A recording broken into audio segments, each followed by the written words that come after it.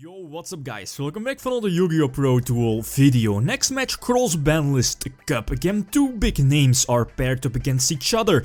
The first deck list you see here is of course Satellarknights. This is an OCG list.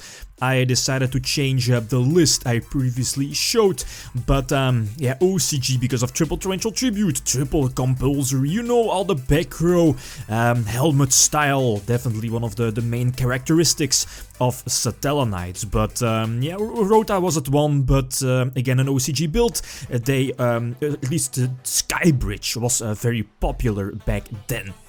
The extra deck is where the power of this engine/deck relies. You know, Cyber Dragon Infinity legal with Shockmaster here in this deck list. Satellarknight as well, and double Ptolemaeus. That's one of the biggest reasons why I picked this OCG version. And in the second deck list we have DDD's currently maybe the best deck next to Zodiacs. Well, yeah. It's just DDD is so hard to play and is somewhat easily countered by the well-known Floodgates, for example, but still very powerful deck, very powerful first turn combinations you can pump out with DDDs, so this should be very interesting. And again, very important here, the dice roll, or yeah, the rock paper scissors game is going to be an important role, or play an important role. See which deck is going first, since you know both decks actually want to go first. Okay, so let's not waste any more time, let's hop into the first duel. Alright, first game, and the opponent is playing with DDDs. I'm playing with Satellarknights, helmet mode on, so normal summon Unukulai, I believe the name is, to send the Nep from my deck to the grave and set 4. That's what the Satellarknight player wants, right? The opponent has an okay start. I believe he has one of the 2 or 3 card combinations in hand, but you know, DDDs, they have a rough time playing against any kind of back row heavy deck. I believe he's forced. I'm not really sure what this other back row is. I believe the dimensional barrier, but I think he's forced to flip over the emptiness. He does have an out for emptiness here in the form of his, Copernicus, yeah, indeed, that was the name I was looking for, but nope, Solemn Warning says no, and his monster is just sent to the grave, but didn't hit the field, so emptiness is going to stay face up on the field. Kepler was, or at least would have been able to get a search, but either both Breakthrough Skill or Veiler, again, say no. That's how Satellarknights are, right? And now I can just freely attack for a game. The emptiness was a very important card, but again, he did have options to get rid of it. But yeah, it's just Satellarknights had a main advantage start here in the first duel. Second game, he gets to start, and yeah, you know the shenanigans. It's you have some combinations you can do. I'm not really sure if it's like the 3, I believe a 4 card combo he does have here, and depending on which deck you're playing against, you have a few options. I mean, go for Titanic Galaxy, etc, etc. He opts to use or go for the Librarian combo to draw, I believe, 4 cards. Yeah, I think so. And yeah, thanks to Desires, he was able to draw the second copy of Desires. Must be nice.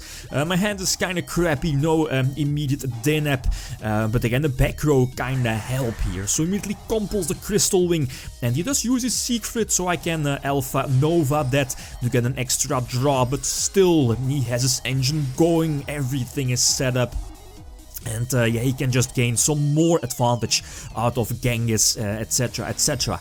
Yeah, there is again the copy of Secret, but Secret already activated, so during the end phase I'm going to use Compulse on this monster, but it's not going to matter. Omega is going to put something back. And yeah, Excite-the-Night isn't out here, but you see, or at least yeah, we saw here from the replay, double strike I believe he had. And now he's just able to attack for a game. So that opening again is going first here, especially in this matchup. Well, it has been important throughout the history of this game, but especially with these both decks, it's so important to go first to make your play unhindered, especially for DDDs. I mean, they have a rough time to play into your opponent's back row. This is an okay hand. Vega into the nap into Ptolemaeus. Again, the threat of a possible Pleiades during your opponent's turn. So now he has to play around all my back row. At least, yeah, possibilities of triple torrential, triple compulse, triple Venus chain, all these possibilities, and on top of that, my possibility to go for Pleiades. And eventually go for Pleiades, and forced to go for Pleiades to bounce back Alexander. Didn't really see another option to prevent my opponent from going for Crystal Wing, because Siegfried isn't really a huge threat, because I have an altar in my hand. Again, a possible rank 4 Exceed play for something like Satellarknights, if I'm not mistaken, depending on the card ratios, or the difference between both amounts. But yeah, anyway, he does a top deck into Kepler to get another Dark Contract Surge. He does again have a few options. That's why DDDs is such a difficult deck. Again, a lot of decision trees you can make.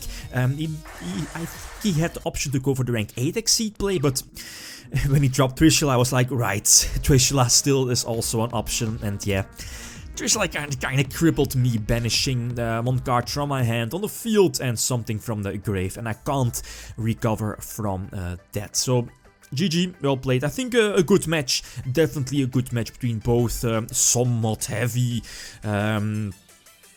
field reliant, at least, heavy field decks, especially for DDDs. But 2-1, nice match. Still 2 matches remaining, so definitely stay tuned for that. Anxiously awaiting for a new ban list to actually try out new things, refreshing outside of the Cross-Banlist Cup. But okay, guys, that's it. Thanks for watching, and feel free to leave a comment or a like if you enjoyed the video. Lithium signing out. Peace.